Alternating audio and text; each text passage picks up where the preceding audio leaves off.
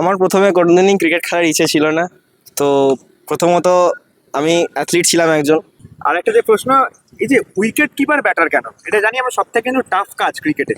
আপনি ময়দানি ক্রিকেটের যতজন এখনো পর্যন্ত পারফর্মার আছেন সকলকে তুলে ধরা তো সম্ভব না, কিন্তু ইনসাইড স্পোর্টস বাংলা চেষ্টা করছে যে তার মধ্যে অন্তত কিছুজনকে যদি ক্যামেরার সামনে আনা যায়, তাদের যাতে উদ্বুদ্ধরা যাতে বাড়ানো যায়, তারা যাতে আরও আগ্রহী হয় ক্রিকেট খেলা খেলতে এবং পরবর্তীকালে আরও বড় জায়গায় যেতে, সেই চেষ্টাই কিন্তু আমরা করছি। এবং সেই চেষ্টা করতে করতেই আমরা পৌঁছে গেছি সৌম্যদীপ মান্না, বেঙ্গল আন্ডার 23 এর টিমের সদস্য, এবং তার ময়দানের রিপ্রেজেন্টেটিভ ক্লাব হলো দক্ষিণ কলকাতা সংসদ। ময়দানে তার ক্যাম্প থেকে ফিরে এসে প্রথম ম্যাচ যথেষ্ট ভালো খেলেছেন এবং সেই ম্যাচটি তারা জিতেওছেন। এবং তার মুখে এবার শুনে নিন তার যে ক্রিকেটের যে জার্নির কথা, তার মুখে কিন্তু এবার আপনারা শুনে নেবেন সরাসরি। সৌম্যদীপ, আপনাকে ইনসাইড স্পোর্টস বাংলা স্বাগত জানাই। তো আপনার এই ক্রিকেট যে জার্নিটা, আপনি নিশ্চয়ই মেদিনীপুরে থাকেন, মেদিনীপুর থেকে এরকম উঠে আসা ময়দানে ক্রিকেট খেলা আন্ডার 23 বেঙ্গল ক্যাম্প, সেখানে কীভাবে গেছেন, কতটা কে উদ্বুদ্ধ করেছে, যদি পুরো জার্নিটার কথা যদি আমাদের দর্শকদের উদ্দেশ্যে একটু বলেন। আমার প্রথমে কোনোদিনই ক্রিকেট খেলার ইচ্ছে ছিল না।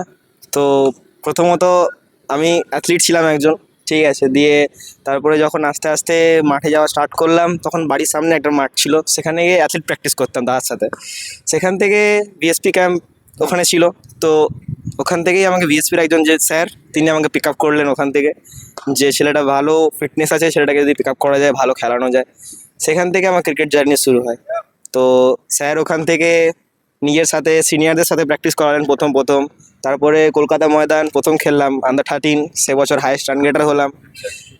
তারপরে আন্ডার 15 খেললাম, তারপরে আন্ডার 15 খেলে সেখানেও রান করলাম। দিয়ে তারপরে আন্ডার 16 স্কোয়াডে এলাম, আন্ডার 16 বেঙ্গল স্কোয়াডে এলাম। বেঙ্গল স্কোয়াড থেকে সিলেক্ট হলাম স্টেটে যাওয়ার জন্য, স্টেট টিমেও নাম এসেছিল। বাট তখন আনফর্চুনেটলি কোভিড চলছিল, তার জন্য কোভিডের জন্য সেই ইয়ারটা মাইনাস হয়ে গেল। দিয়ে তারপরে যেমন হার্ড প্র্যাকটিস চলছিল।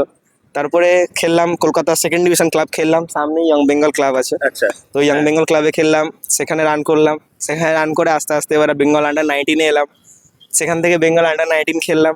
বেঙ্গল আন্ডার 19 খেলার পর তারপরে এইখানে ফার্স্ট ডিভিশন ক্লাবে সুযোগ পেলাম। ফার্স্ট ডিভিশন ক্লাবে সুযোগ পাওয়ার পর এইখানে পারফর্ম করতে করতে করতে করতে একটা টাইমে বেঙ্গল আন্ডার 23 এসেছি। তোমার মানে এই যে জার্নিটা শুনে বোঝা যাচ্ছে তুমি ক্রমশ কিন্তু পারফরমেন্স করে গেছো এবং একটা টানা পারফরমেন্সই তোমার এটা এখন ফল পাচ্ছ। তো এই যে বেঙ্গল আন্ডার 23, এবার রঞ্জি কি লক্ষ্য আছে? অবশ্যই। এখন এটাই আমার ফোকাস যে এই বয়সে এখান থেকে কি করে উপরে যাওয়া যাবে। সবার মধ্যে আমাদের টিমে খুবই ভালো মহল, আমাদের কোচ ঋদ্ধিমান সাহা। তো তাই আমাদের মধ্যে এমন একটা ব্যাপার আছে, যেই রান করবে এখন, আর টিমের মহল এত ভালো হয়ে গেছে, তাই যেই রান করবে সেই উপরে খেলবে। তো আমরা ক্রমশ ভালো করে করে করে করে সেমিফাইনালে এসেছিলাম, বাট আলফানাজিলের দিন খারাপ ছিল, তাই সেমিফাইনালে হারিয়ে গেছিলাম আমরা তামিলনাড়ুর কাছে। সমদীপ, আপনি যেহেতু উইকেট কিপার একজন, তা আমি আপনাকে জিজ্ঞাসা করতে চাই যে পুরো ধরুন 85 ওভারের খেলা, 85 ওভার্স খেলা ময়দানি ক্রিকেটে হয়, আমরা সবাই জানি। 85 ওভার উইকেট কিপিং করে তারপর ব্যাটিং করতে যাওয়া, কতটা টায়ার্ডনেস এবং কতটা ফিটনেস রাখতে হয়। আপনার কোচ আবার ঋদ্ধিমান সাহা, সবাই আমরা জানি।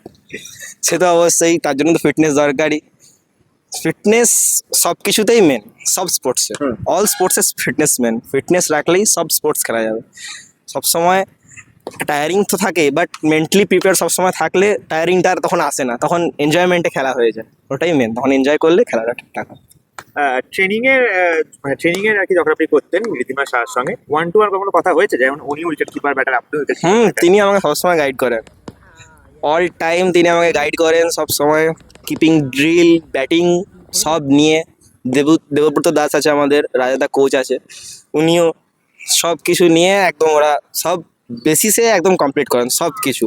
এটা হচ্ছে না, এটা নিয়ে করো, বাইরের বলটা ছাড়তে হবে আরও বেটার ছাড়ো, ডিফেন্স করতে হবে আরও বেটার ডিফেন্স করো। সব কিছুটাকে বেটার করার দায়িত্ব ওরা নিয়েছে, সেটা করে দিয়েছে, তার ফল রান। আর একটা যে প্রশ্ন, এই যে উইকেট কিপার ব্যাটার কেন, এটা জানি আমরা সব থেকে কিন্তু টাফ কাজ ক্রিকেটে। আপনি ব্যাটার বোলার, এখন সবাই কিন্তু ব্যাটার হতে চায়, যেহেতু এখন T20 ODI এর যুগ। সেখান থেকে কিন্তু উইকেট কিপিং কি আপনার মেন, নাকি ব্যাটিংটা আপনি মেন করেন বা মেন করতে চান? ব্যাটিংটাই মেন করতে চাই, বাট অ্যাজ এ বেঙ্গল টিমে এখন আমি সিলেক্ট আছি উইকেট কিপার ব্যাটার হিসেবে। এনজয় কোনটা করেন? হ্যাঁ, মাঠে এনজয় কোন পজিশনটা দেয়? অবশ্যই ব্যাটিং। Batting batting. আচ্ছা, আপনার একটা লং জার্নি, আপনি প্রথমে অ্যাথলেটিক্স থেকে ক্রিকেটে এসেছেন, তা আপনার কি কখনো মনে হয়েছিল কখনো যে ক্রিকেট থেকে আবার কোথাও অন্য কোনো ফিল্ডে যাওয়ার কথা? না, আপাতত এখনো মনে হয়নি। আপাতত এটাই সব, এখন এই লাইফ, আচ্ছা, ক্রিকেট। বাড়িতে কে কে আছে? আমার বাড়িতে মা, বাবা, আমি, 2 দিদি, দুই দিদি এখানে পড়াশোনা করছে কলকাতাতে, একজন দিদি রিসার্চ করছে আর একজন দিদি এখানে ফ্যাশন ডিজাইন পড়ছে এমআইটি ইউনিভার্সিটিতে। আচ্ছা, আপনার বাড়ি মেদিনীপুরে ঠিক কোথায়? আমার বাড়ি পশ্চিম মেদিনীপুর সেন্ট্রাল বাস স্ট্যান্ড থেকে জাস্ট 5 মিনিটস, 5 মিনিটস, একদম মেদিনীপুরে। একদম প্রপার মেদিনীপুর। এর পরের লক্ষ্য কি? রঞ্জি খেলা। হুম। এবং তোমার আইডল কে? যে আমার coach Riddhiman sir. Riddhiman sir.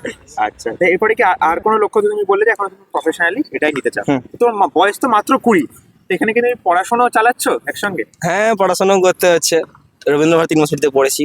আচ্ছা তো ওখানে ইউনিভার্সিটি খেলা কয়েকদিন আগে ছিল, ওখানেও হ্যাঁ। খেলা টেলা হলো সব। আচ্ছা, ইউনিভার্সিটি হয়েও তুমি খেলেছো? হ্যাঁ হ্যাঁ, তারপরে তো অল ইন্ডিয়া টোর্নামেন্ট সব খেলা আছে।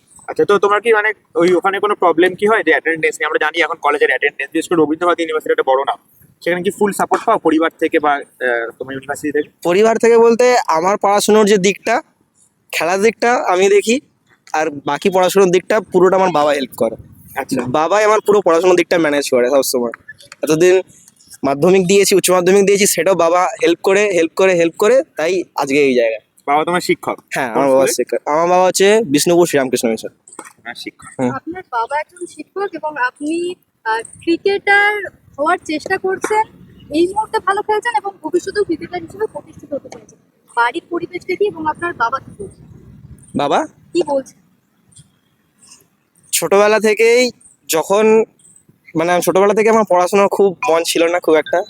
সো যখনই হাতে হাতে ব্যাট ধরতাম তখনই মা বলতো যে যাচ্ছিস খেলতে, কিছু করে আসবি সবসময়।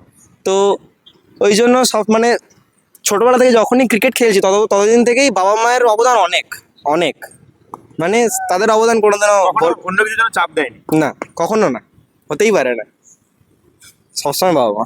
তাহলে আমরা আশা করছি যে তুমি বেটার অনেক পারফরমেন্স করবে।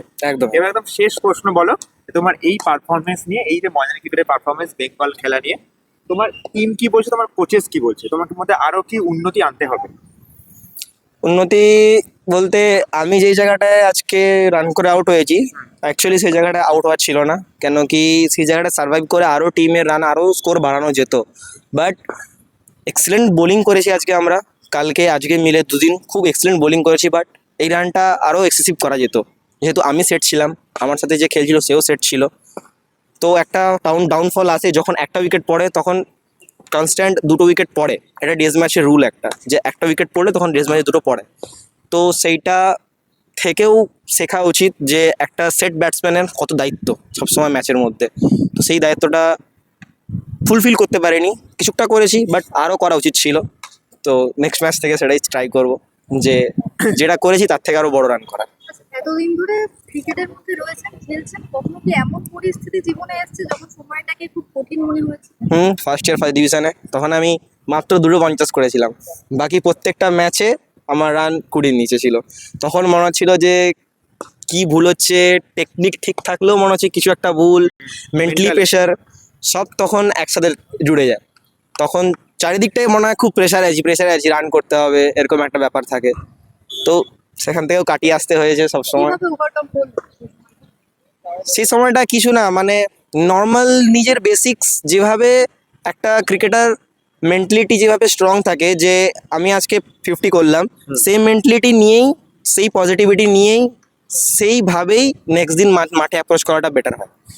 সেইটা যদি একটু এদিক ওদিক হয় তখনই সেটা শেষ হয়ে যায়। তাহলে নিজেকে নিজে মোটিভেট করেই ওই জায়গা থেকে হ্যাঁ, অবশ্যই।